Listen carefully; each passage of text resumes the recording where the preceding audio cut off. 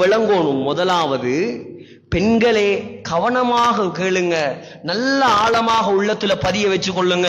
முக்கியமான விஷயம் என்னென்று சொன்னா, ஒவ்வொரு பெண்ணுடைய சொர்க்கத்தையும் அல்லாஹ் மாப்பிள்ளட பொருத்தத்துல தான் வச்சிருக்கிறான்.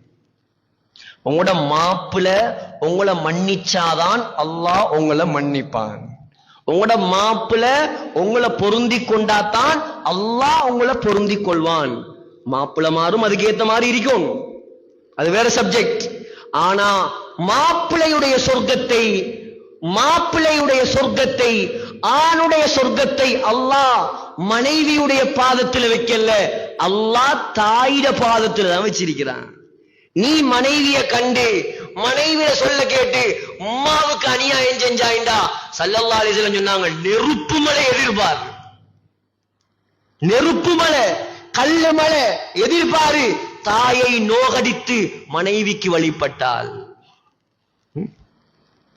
ஆயிஷா சொன்னாங்க ஸல்லல்லாஹு அலைஹி வஸல்லம், எனக்கு உலகத்துல ஆக விருப்பமானது யார் தெரியுமா? எந்த மனைவி ஆயிஷா. இரண்டாவது யார் யா ரசூலல்லாஹ்? அபூஹா, ஆயிஷாட வாப்பா அபூபக்கர் ரலியல்லாஹு அன்ஹு, அவர்தான் எனக்கு இரண்டாவது உலகத்துல விருப்பம். மூணாவது யார் யா ரசூலல்லாஹ்? மூணாவது உமர் ரலியல்லாஹு அன்ஹு சொன்னார்.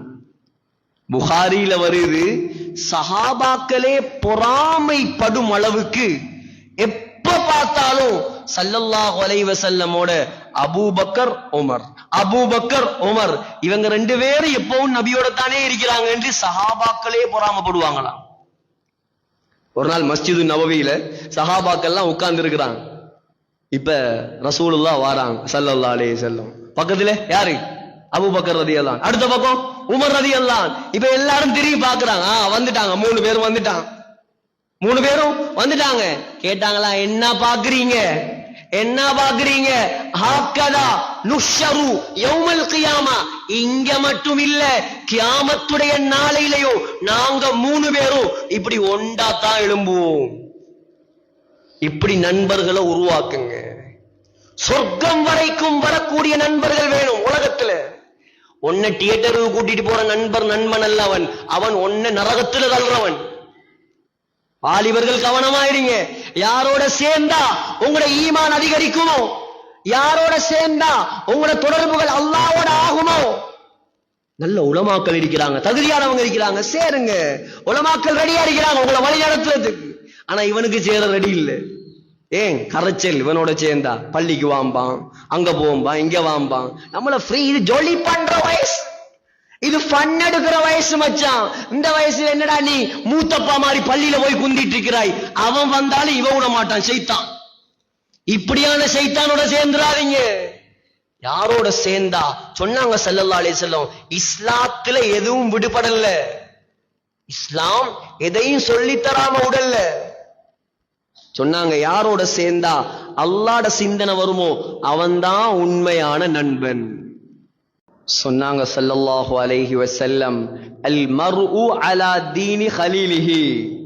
நீங்க என்ன பார்க்கணும்டா, நான் நல்லவனா கெட்டவனான்னு பார்க்கணும்டா ஏண்ட கூட்டாளிய பார்த்தா சரி. இது நபியுடைய வார்த்தை. கூட்டாளி நல்லவனா இவன் நல்லவனா இருப்பான், கூட்டாளி மோசமா இவனா அப்படித்தான் இருப்பான்.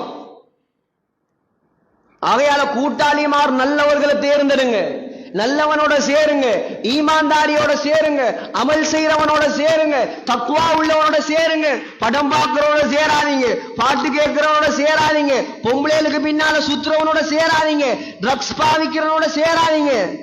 சேர்ந்தா ஒன்று நீங்க அவனை திருத்துவீங்க, இல்லாட்டி நீங்களும் தூள்காரனா மாறுவீங்க. ரெண்டுல ஒன்று நடக்கும்.